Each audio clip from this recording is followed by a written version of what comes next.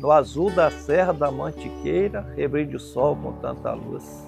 Sobre a cidade hospitaleira, nobre faceira, linda que luz.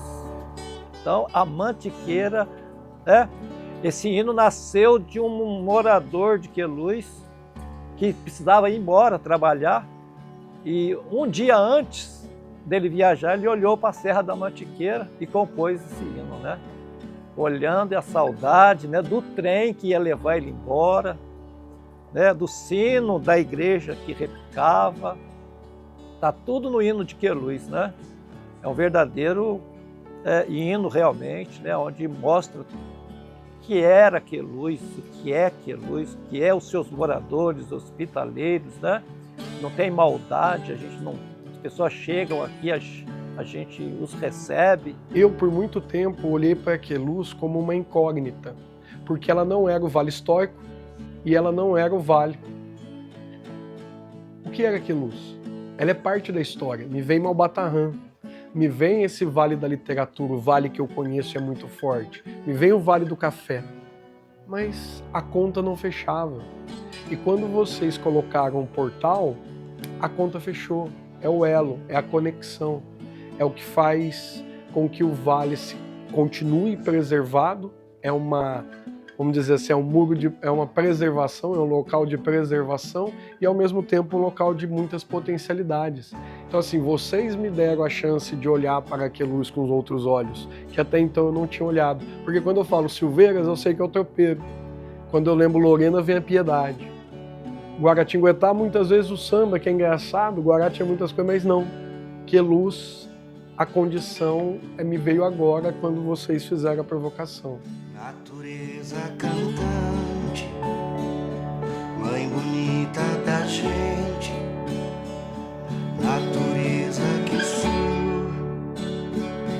e que lança semente.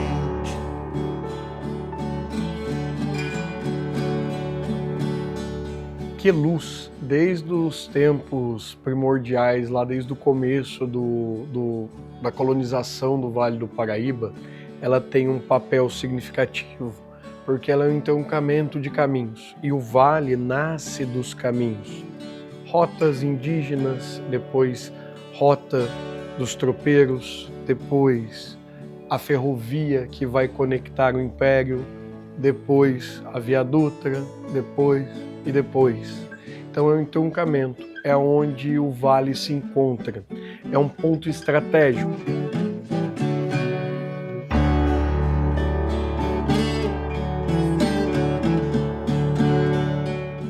O Vale do Paraíba por si só é um ponto estratégico, mas quando nós falamos de Queluz, nós estamos falando de uma região que está entre essas duas grandes regiões, Rio de Janeiro e São Paulo, e ao mesmo tempo próximo ao Rio Paraíba, próximo aos caminhos comerciais e fazendo aí uma conexão com o Vale do Paraíba histórico. Nós, queluzenses, gostamos de falar a primeira cidade do estado, né? Menos nunca a última cidade. É a primeira cidade do Vale, histórica, a primeira cidade do estado de São Paulo, divisa com o Rio e Minas. Os puris habitavam a região de Queluz. A única coisa que a gente tem documentada é de quando chegou o padre Francisco das Chagas Limas, junto com o capitão, que eu não me lembro, o capitão que ajudou a catequizar, que esse capitão, ele meio que catava os puris à força do outro lado do rio. Aqui na frente tem uma vilinha de casa que sobe o morro ali. A aldeia era ali, era bem naquela subida ali, que chama Alto das Panelas, porque na construção das casas encontraram muitas panelas indígenas ali. E eles pegavam meio que os puris à força e traziam para ser catequizado. Só que com a chegada da população e tudo mais, grande parte dos puris acabaram sendo meio que escravizados. E tem a lenda do Vuitir, que era o índio ancião, que era o índio mais velho aqui da cidade, que conversou com o capitão, ele ajudou a persuadir os outros índios. E quando ele percebeu que o homem branco estava meio que escravizando o seu povo, ele caiu em um desgosto profundo, pegou suas coisas junto com outro índio, que era o segundo mais velho, e simplesmente desapareceram para a Serra da Mantiqueira dentro e nunca mais foram vistos. Era um agrupamento razoável, existem evidências sobre isso, diários Padre Francisco das Chagas, estudos do professor Paulo Pereira que apontam para esse movimento que existia nessa região. No entanto, eles vão se misturar. Não é que eles sumiram, não é que eles deixaram de existir, mas eles se integraram a essa população num processo de miscigenação. Mas aquele grupo que antes aqui existia, né, aquela estrutura que antes estava aqui, ela foi sendo afastada, ela foi sendo misturada por meio de casamentos, mas ela também foi sendo eliminada. Fosse por doença, por cercamento, por afastamento de espaços que antes ela podia conviver. Existem alguns registros, falando num caso um pouco mais próximo de Lorena, onde também estavam os puris, que a ordem era cercar os puris para que eles se deprimissem e nesse processo de apatia eles começavam a adoecer e se desprendiam da vida. Então, assim, existiu uma influência muito forte, não é difícil, tanto que nós temos sítios arqueológicos nas regiões que nós encontramos. No entanto, temos que lembrar que em 1800 eles são retirados, então muita coisa vai se perder ao longo dos anos.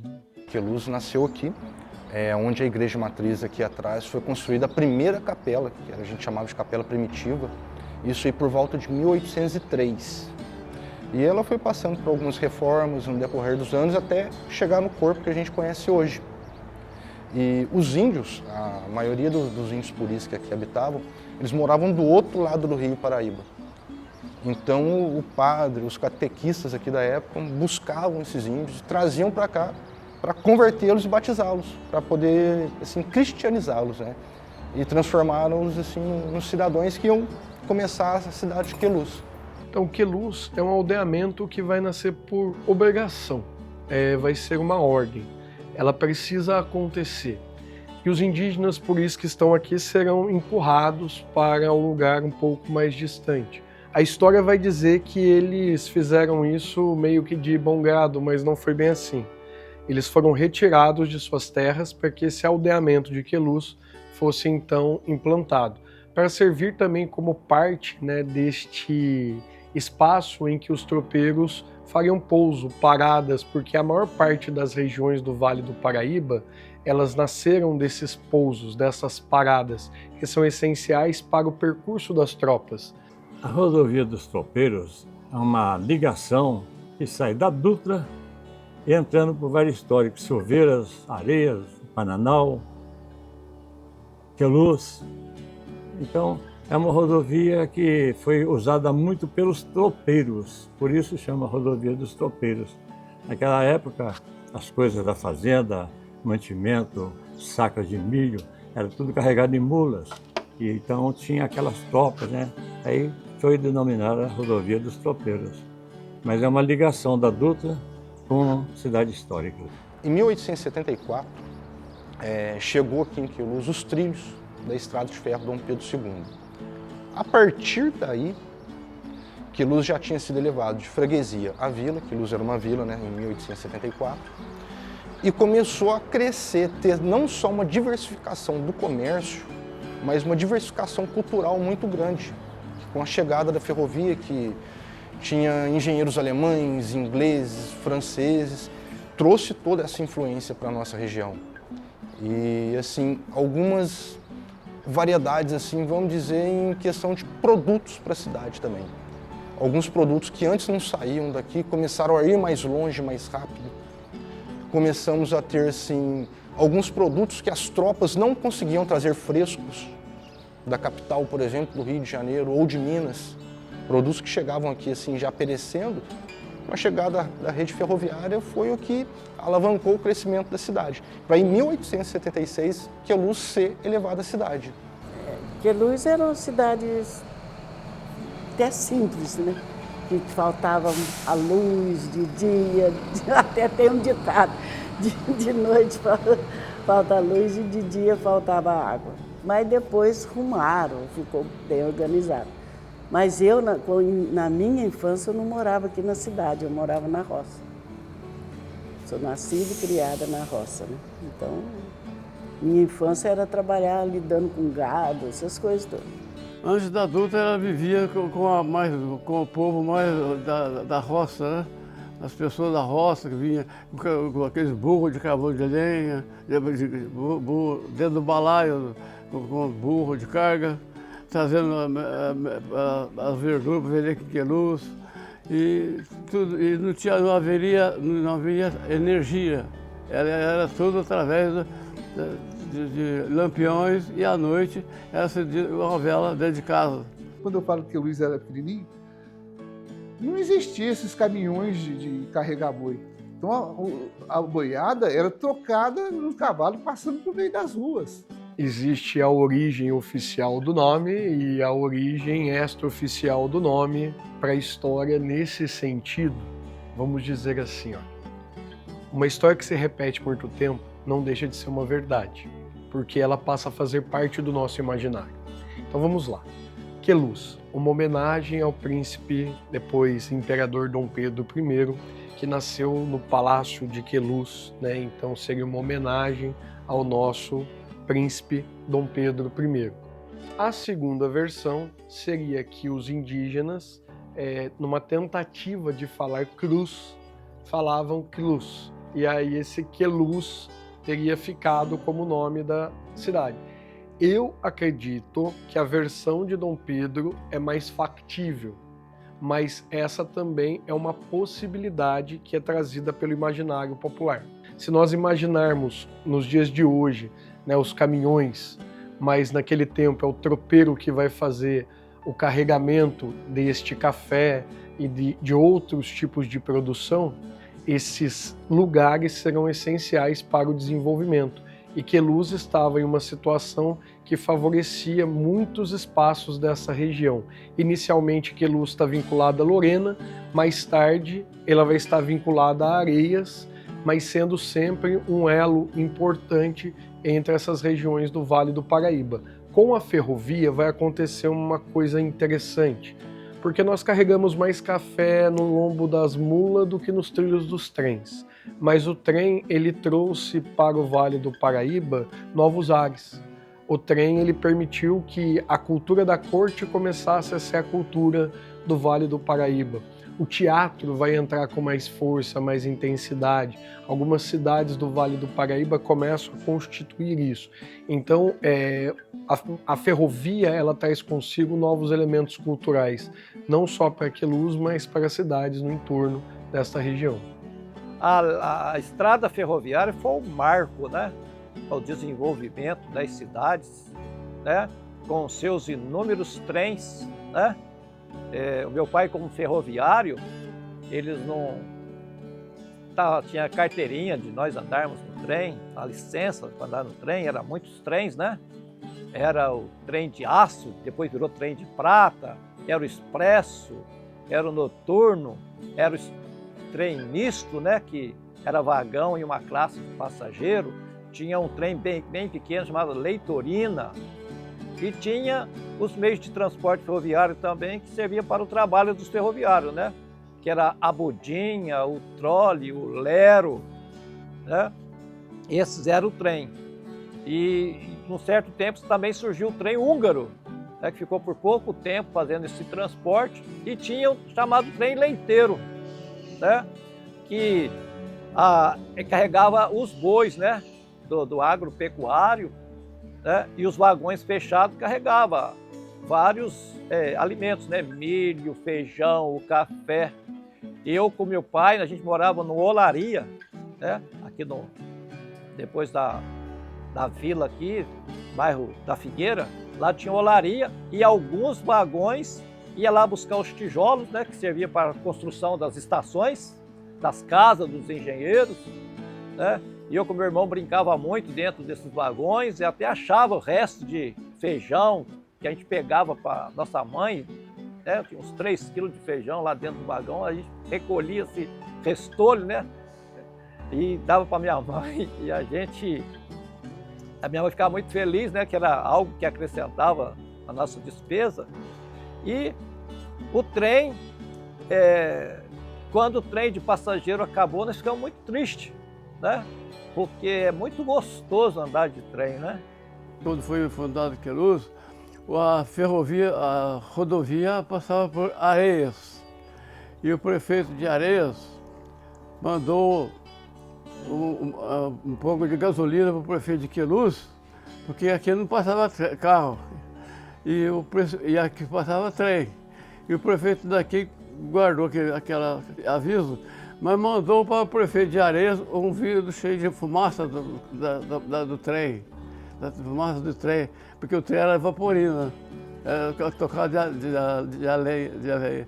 Então mandou, porque lá passava, tinha movimento, aqui não tinha movimento de veículos, mas aqui tinha ferrovia, já era, só que ela chamava Maria Fumaça.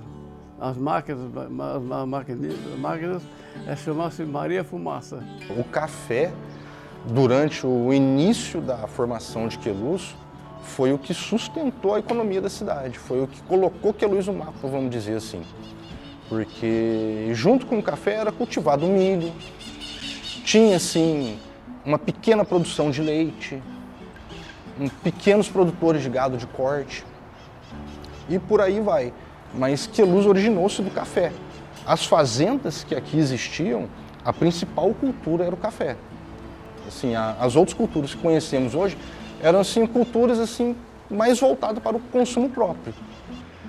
Em meados assim, da década de 20, 30 mais ou menos, começou-se o declínio do café aqui na região.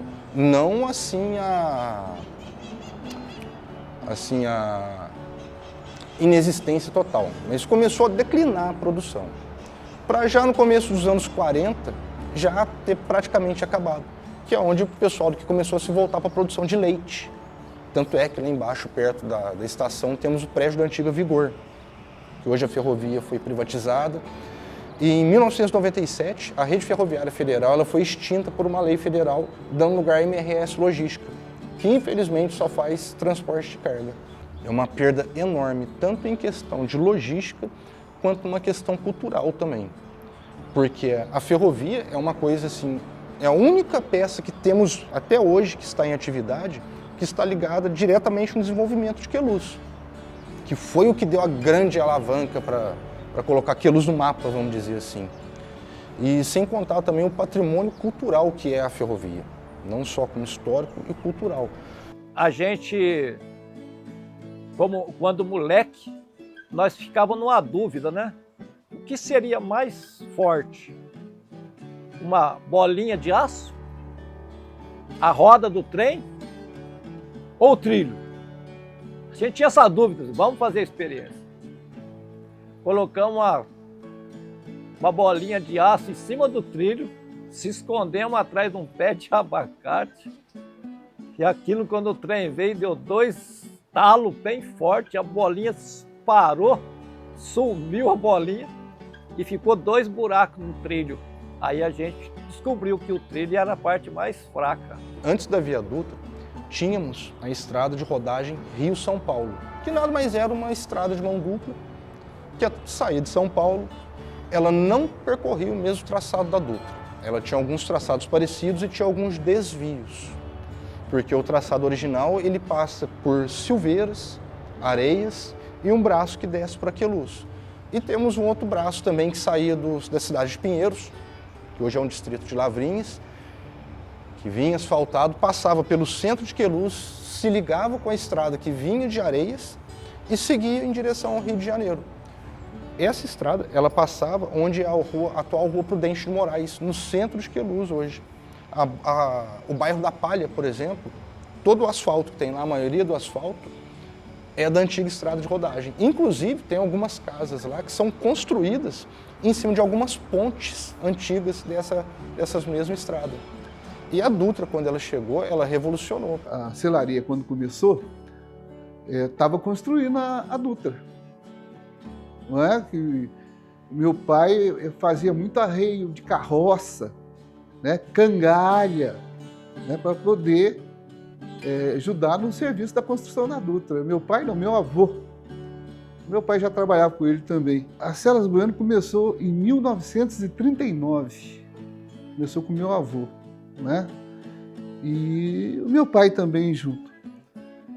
E aí a gente veio desenvolvendo, começaram, como acabei de falar, reformando arreio, mexendo com arreio de carroça, cangalha, essas coisas, né, que era mais usavam antigamente. Queluz, realmente ela está num ponto hoje que nos provoca essa reflexão. Afinal, ela é esse portal entre o passado, a história e a realidade presente do Vale do Paraíba. Ela separa a rodovia Presidente Dutra, e quando nós falamos em desenvolvimento, nós estamos falando exatamente em economia. Tá boa, para mim, é uma matéria-prima que faz tudo que você quiser, porque dela você aproveita tudo, desde quando você colhe até finalizando, porque até os fiapos dela a gente enche as almofadas.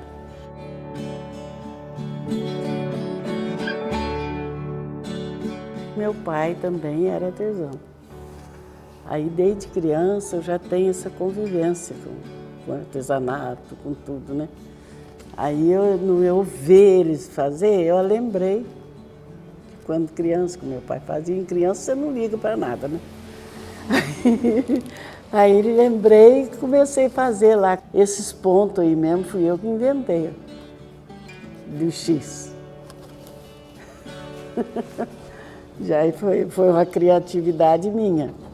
A economia muda, então, para a rodovia, deixando à margem os municípios do Vale Histórico, e Queluz é a única conexão entre esses dois mundos, entre aquilo que tudo foi e nada é, um lugar onde não se conjugam verbos no presente, tudo é pretérito, tudo é passado, no imaginário de Monteiro Lobato, mas que produz sim, produz história, produziu muitos intelectuais, produziu muita cultura, tem uma riqueza distinta, uma riqueza que faz se preservar a identidade vale paraibana.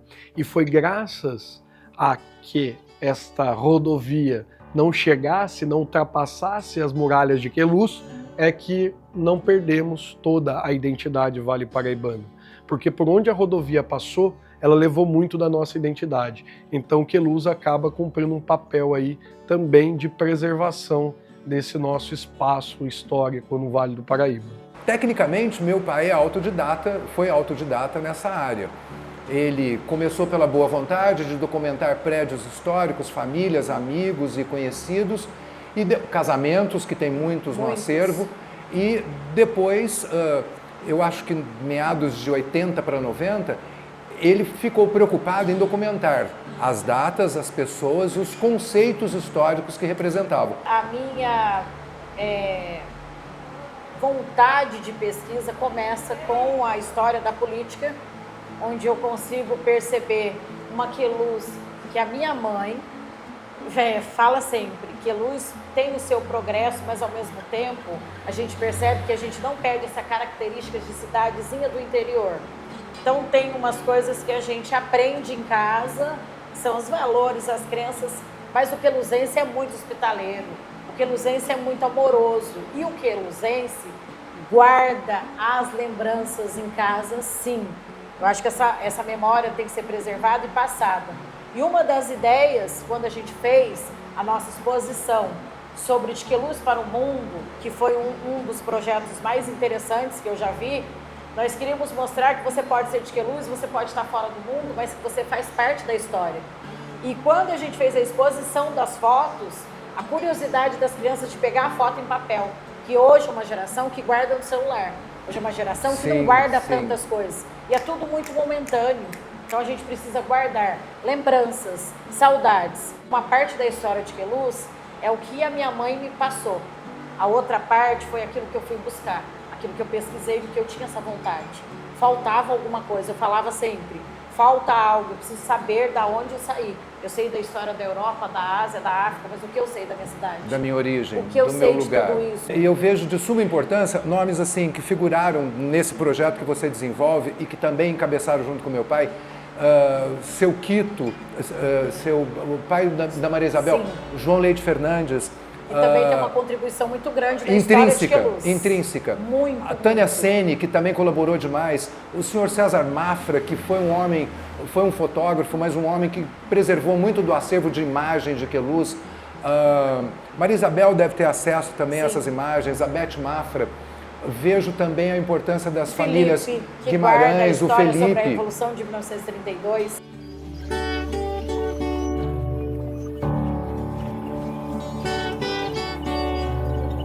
Queluz foi o primeiro ponto de contato das tropas ditatoriais com as tropas federais aqui no Vale do Paraíba.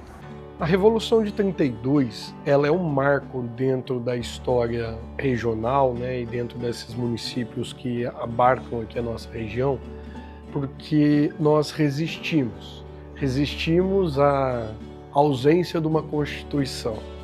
Não queríamos nos separar, nunca foi essa a ideia.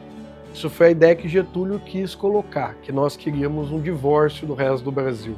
Mas, na realidade, o que nós buscávamos era a Constituição, essa é a verdade, essa é a realidade. Queluz foi um desses pontos de resistência. O fato é que nós tínhamos, de um lado, 35 mil brasileiros e do outro, mais de 35 mil paulistas contra 100 mil brasileiros. Armamento pesado de um lado, o que sobrou do outro. Propósito de um lado, mais força bélica do outro.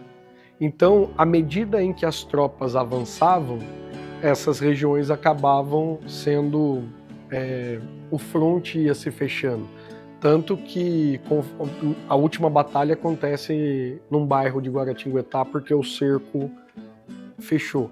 Mas Queluz, ela é uma das primeiras, né? Tá nas divisas aqui também, assim como Cruzeiro. Então ela vai enfrentar os primeiros combates. Ela também faz as suas homenagens aos revolucionários, imaginando que são pessoas que entraram meio sem saber o que estava acontecendo, sem o treinamento mais adequado, eram agricultores que agora estavam pegando em armas contra pessoas que estavam realmente preparadas. Nós tivemos que usar muito mais da estratégia, da força e da inovação do que de fato de um preparo para o combate. O primeiro ponto de contato mesmo, o primeiro tiro da Revolução foi dado em São José do Barreiro. Mas os primeiros contatos assim mais pesados, os combates mais pesados se deram no bairro do Salto, que é um bairro que é mais antigo que a própria existência de Queluz e que faz divisa com o Rio de Janeiro. No bairro do Salto, por exemplo, tivemos aqui o batismo de fogo de grandes figuras ilustres da Revolução, como Samuel Bacará, que era um advogado santista e é uma pessoa que tem uma contribuição enorme para a Revolução, Paulo Duarte, que era jornalista também. E durante algumas semanas conseguimos segurar o ataque dos federais aqui em Queluz. Mas assim, por uma pequena, não vou dizer uma falta de comando, mas talvez por uma briga de ego entre comandantes dentro do QG em Queluz, algumas ordens equivocadas, Queluz acabou caindo, não resistiu ao avanço dos federais.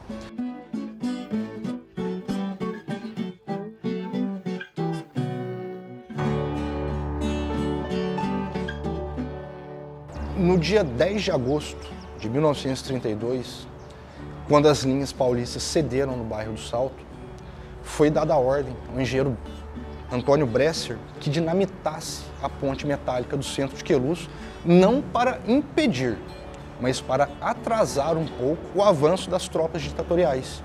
E que foi feito.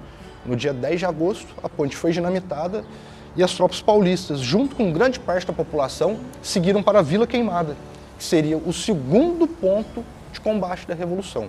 Queluz começa a se erguer logo após o armistício da Revolução.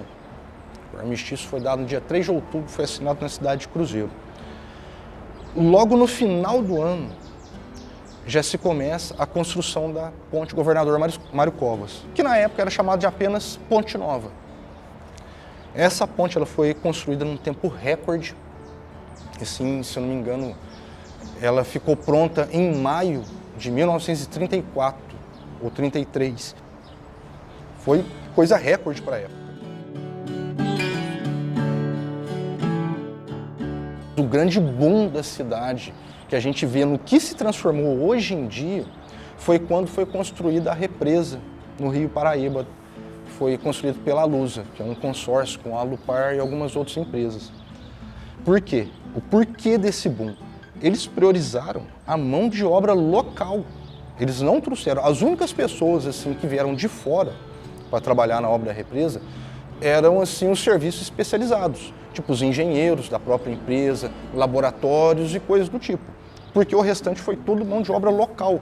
Queluz, nessa época da construção da represa, se você quisesse fazer uma reforma na sua casa, você não conseguia, você não achava pedreiro.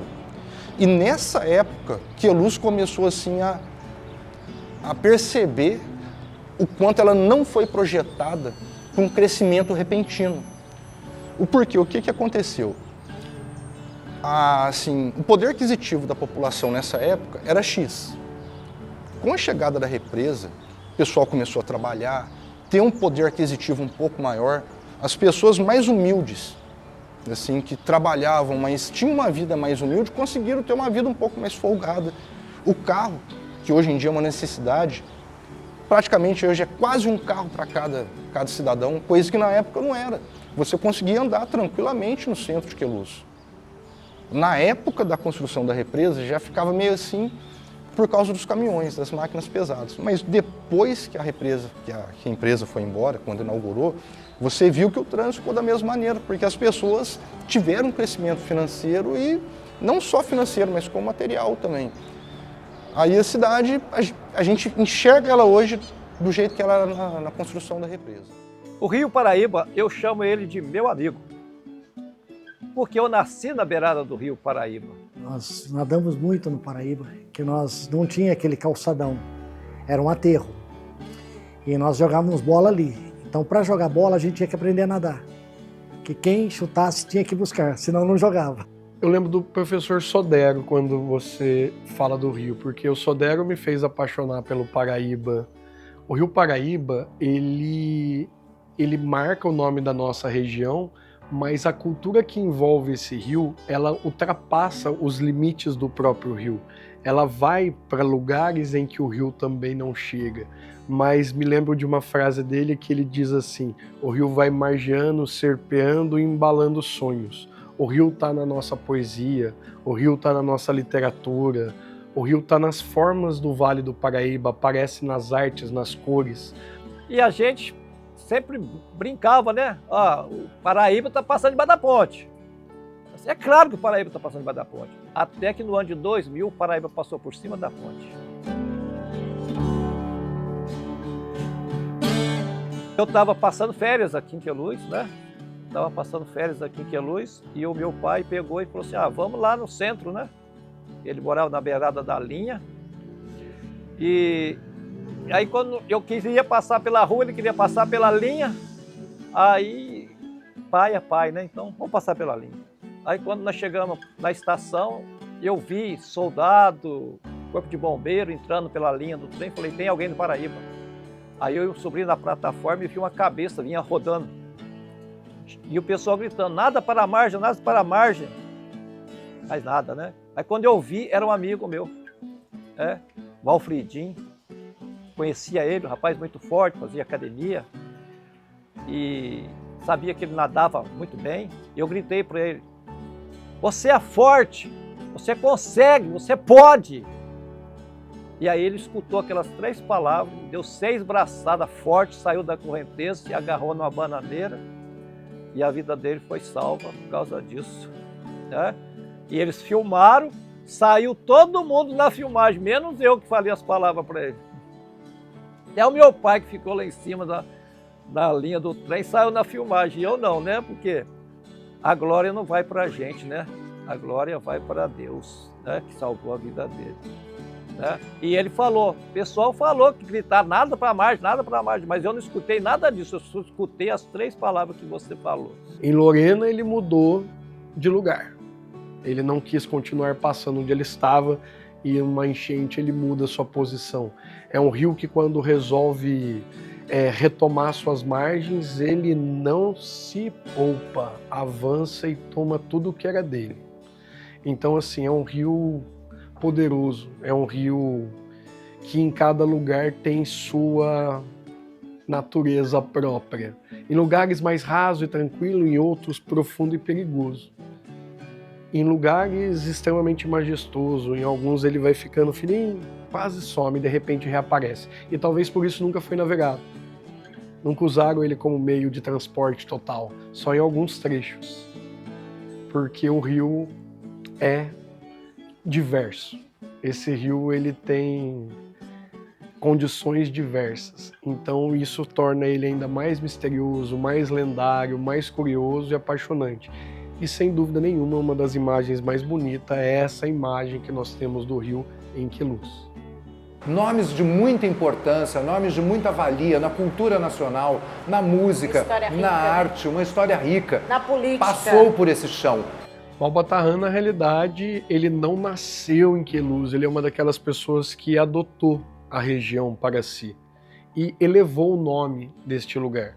Malbataan é um pseudônimo, né, de Melo e Souza, que era um grande professor de matemática, afamado porque sabia ensinar essa matemática como ninguém, foi professor de muitas escolas, realizou muitas palestras.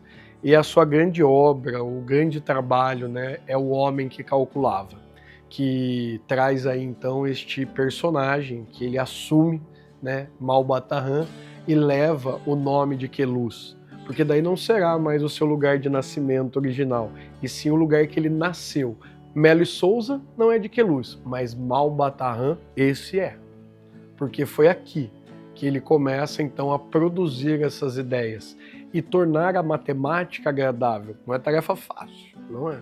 Mas ele vai conseguir e vai fazer com que muitas crianças, a partir da leitura das obras de Malbataan, comecem a se aproximar desta disciplina, onde ele utiliza, né, contos árabes, vamos colocar assim, o Oriente Médio, para poder trazer isso que também é próprio da matemática. Então ele vai envolver a história e os números num enredo muito interessante. E a sua relação com a região é muito forte. Seu irmão também produziu textos sobre a região, preservou a história do Rio Paraíba, as histórias do Rio Paraíba.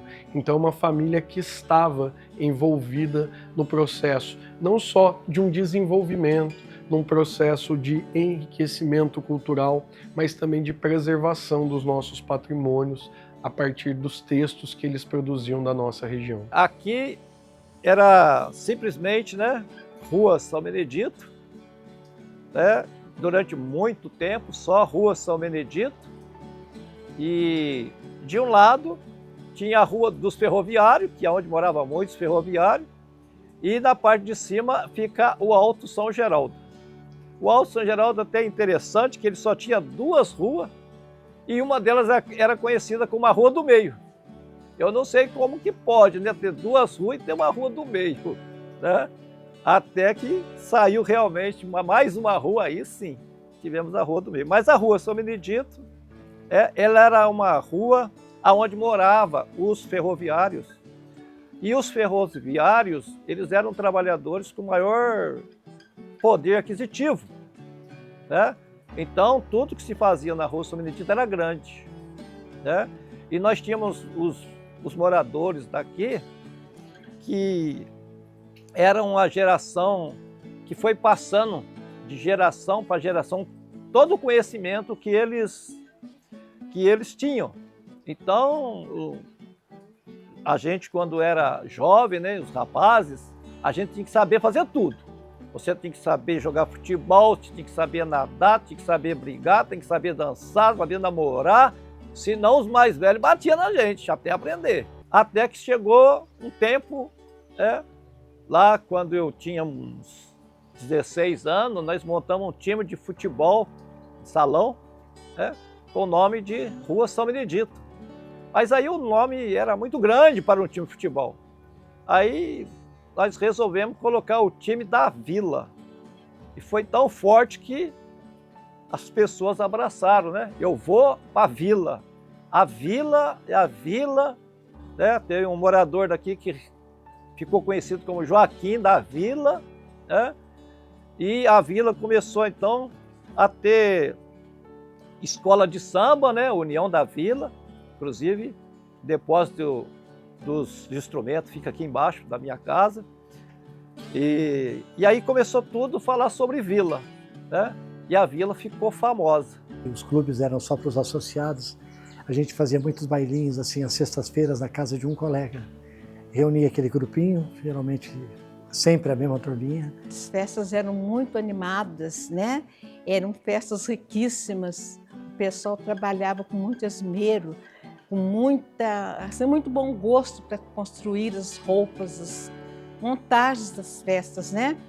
Tanto na parte da paróquia, que era muito bonito, tanto como na parte profana, né? As ruas muito bem enfeitadas, bandas vinham de fora, como Barra de Piraí, que tocou aqui na cidade por mais de 50 anos seguidos, né? A banda de Barra, que era famosa, é banda do Lorena, no quartel, né? Eles vinham, Taubaté. Então foram festas assim estrondosas mesmo, muito bem assim, montadas, muito bem feitas, né? O pessoal trabalhava com muito gosto. Na década de 50, 60, tinham shows maravilhosos com artistas da Rádio Nacional. Teve muitos carnavais bons aqui. Saía aquela carro alegórico. Uma vez saiu a Ivani no Girassol. Ela era muito bonita, né? Já teve carros alegóricos muito bonitos aqui em Queluz. Essa aí, nessa época, eu já estava como bloco. Esses blocos, né? Era assim, havia uma certa disputa política, né? Nossa, era feio. O lado de cá e o lado de lá. Como é que era mesmo chamado? Boi e vaca. Boi e vaca. Era na época você era boi e eu era vaca. É, eu sempre fui boi. E eu sempre fui vaca. Um amigo meu, ele criou uma brincadeira, né?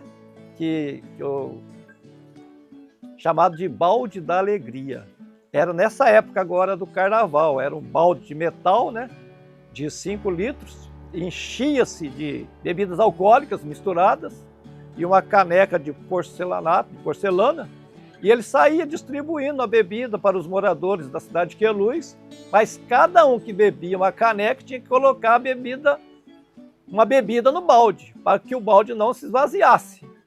E não esvaziava mesmo. Andava por todos os bairros de Queluz e o balde cheio, e as pessoas ficavam meio que tontas, né? Porque era uma farmácia, né? Aquela mistura de bebida dentro do balde. O balde da alegria deixava todo mundo alegre, e o balde andava, e quando era 5 horas da tarde, o balde ia para a casa de uma mulher muito famosa aqui em Queluz, a dona Sinhá. E aí os seus filhos e os vizinhos começaram a beber da bebida do balde até acabar, e ninguém colocava mais bebida, para poder acabar mesmo. Aí o balde retornava para a Rua São Benedito, aqui vazio, né? Com a missão cumprida, né? Temos a festividade, São João Batista, né? Aqui nós celebramos, né? Porque é a padroeira dessa cidade, 24 de junho. Então a festa São João Batista. São João Batista é o único que tem 2 festas, né? Tem o nascimento e tem o martírio. E nós celebramos, dia 24, é o nascimento de São João Batista. Então nós fazemos a novena e depois o dia, a festa de São João Batista. Aí temos as missas, a missa das 10, que é a missa solene, e à tarde temos a procissão encerrando com a missa de encerramento da festa. Ser sineiro é um dom de Deus, né? O sino é a voz de Deus. Mas.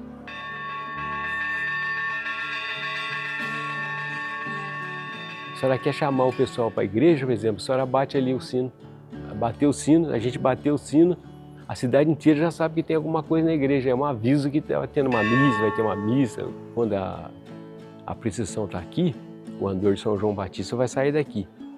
A missa de São João Batista é a tradição, a missa de São João Batista é a missa das 10 da manhã. Então a gente já fica esperando lá em cima. Quando ela 9 horas, ela vem de lá para cá. Quando chega em cima da ponte, a gente começa a bater com força mesmo, pode bater com força mesmo, porque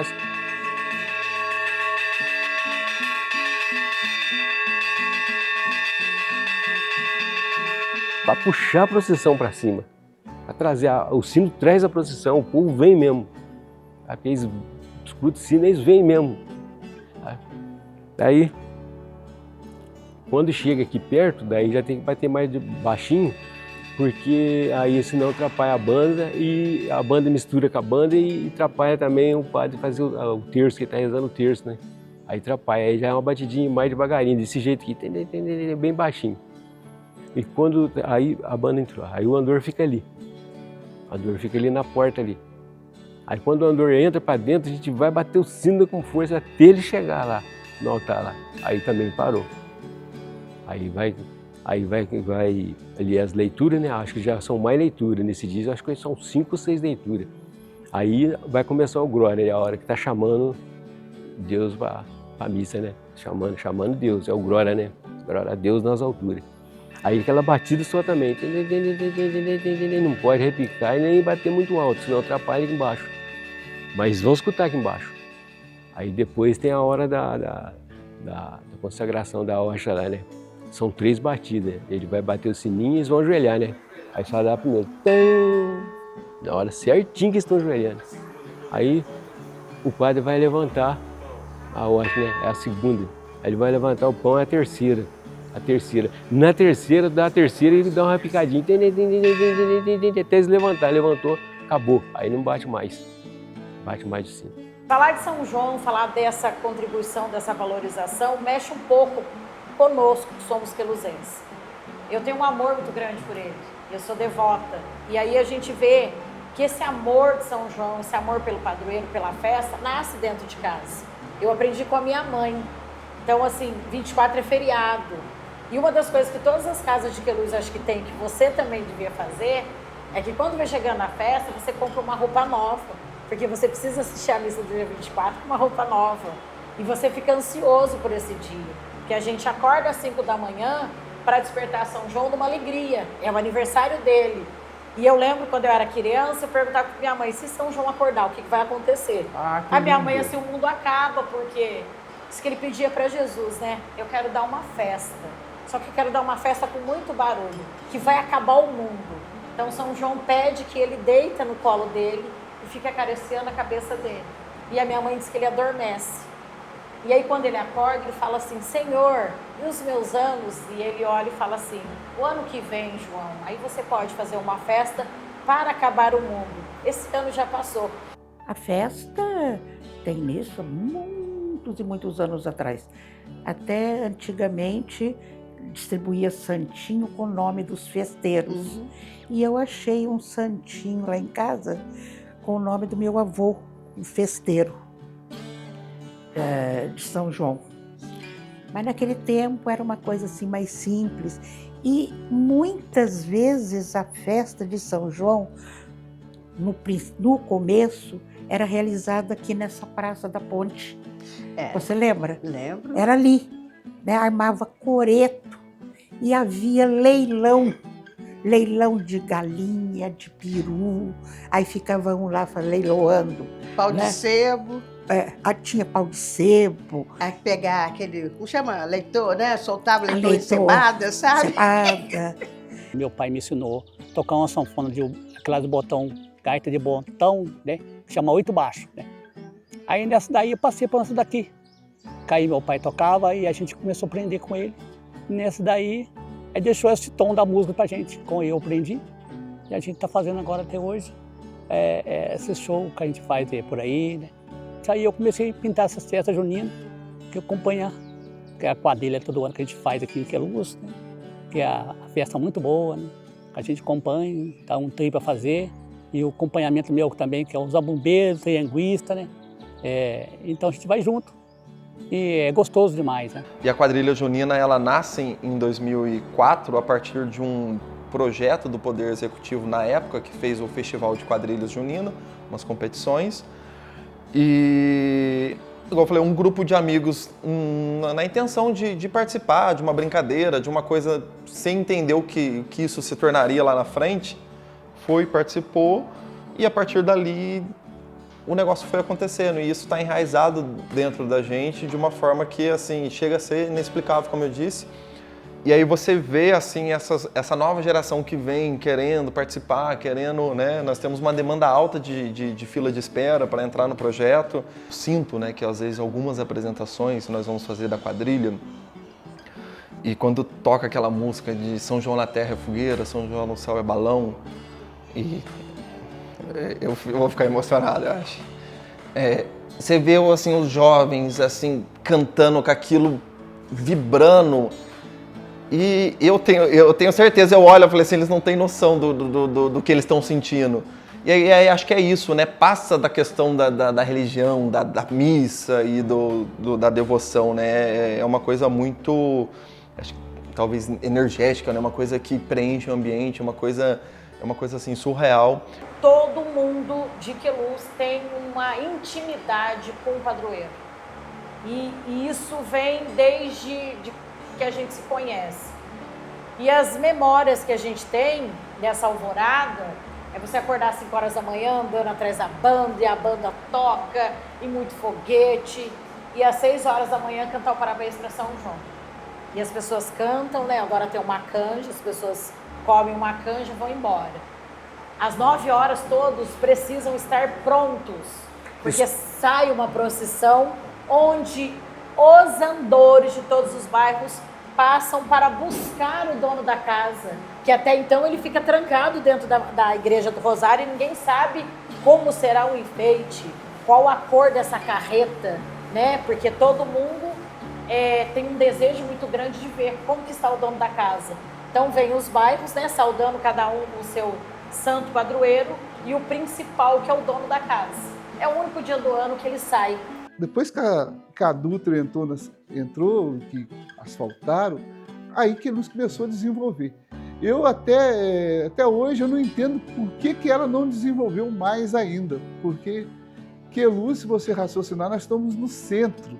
Nós estamos 200 quilômetros do Rio, 200 quilômetros de São Paulo e 40 de Minas Gerais. Então nós estamos bem localizados demais. E ela não desenvolveu, talvez, com indústrias maiores, eu não sei nem dizer o porquê disso, né? Por outro lado, como queluzense, eu até adoro que não tenha havido indústria, porque a gente continua tendo uma vida mais simples. Queluz tem todos os caminhos para o desenvolvimento. E isso envolve vontade, desejo, projeto. Então, não é que Queluz não tenha espaço para o crescimento, para o desenvolvimento. Talvez o que se ausente disso tudo seja um projeto. Porque a partir do momento que isso é pensado, isso se coloca em prática, e vamos pensar que hoje existe uma indústria forte chamada turismo, e que não é tão explorada. Existem outros caminhos que envolveriam esse vale histórico, mas o que falta? Uma vontade que eu quase chamo de vontade política, em que nós vamos lá e analisamos e realmente damos. É algo que tem tanta potência, mas que nós desconhecemos a potência que nós temos em mãos. Mas aí não é que ela não tenha condições ou tenha uma pecha em cima dela, uma restrição em cima dela.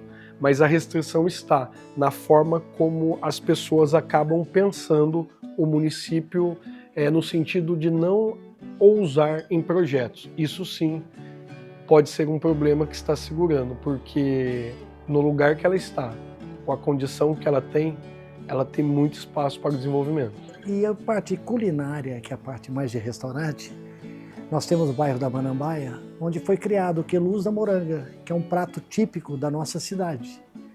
Foi criada por uma aluna de nutrição, que ela quis juntar as coisas indígenas com os tropeiros e criou esse Queluz da Moranga, que é um prato servido dentro da própria moranga, que é a mandioca indígena com a carne seca dos tropeiros. E é um atrativo para a cidade, é um prato bem divulgado, tem gente que vem nos visitar só para provar. Se seguíssemos assim um exemplo da cidade de Cruzeiro, que é sede da Associação Brasileira de Preservação Ferroviária, e eles estão retomando agora os passeios ferroviários, mesmo que turísticos, que saem da estação de Cruzeiro e vão até a estação de Passa Quatro. E é um atrativo cultural muito grande para a cidade, coisa que faz muita falta aqui também. Ser caipira é ser da terra, né? Ser a essência do lugar onde a gente vive, né? Ser caipira é a gente ser nós mesmos. Caipira, para mim, é saber viver em paz, é saber ter educação para receber a pessoa que vai te visitar, é saber, como diz um amigo meu, saber chegar e saber sair? As pessoas pensam que o caipira é bobo, mas o caipira é muito inteligente. A nossa casinha na beira da linha tão triste ficou. Foi o que restou da nossa morada, foi o que ficou. Então as pessoas passam, a história fica, né? O lugar fica, né? As lembranças ficam, né? E aí vem as gerações, as novas gerações, né? E ela vai abraçando a nossa história, as nossas tradições, né? E quando eu vejo uma viola caipira, eu paro para ouvir, né? O som da viola caipira.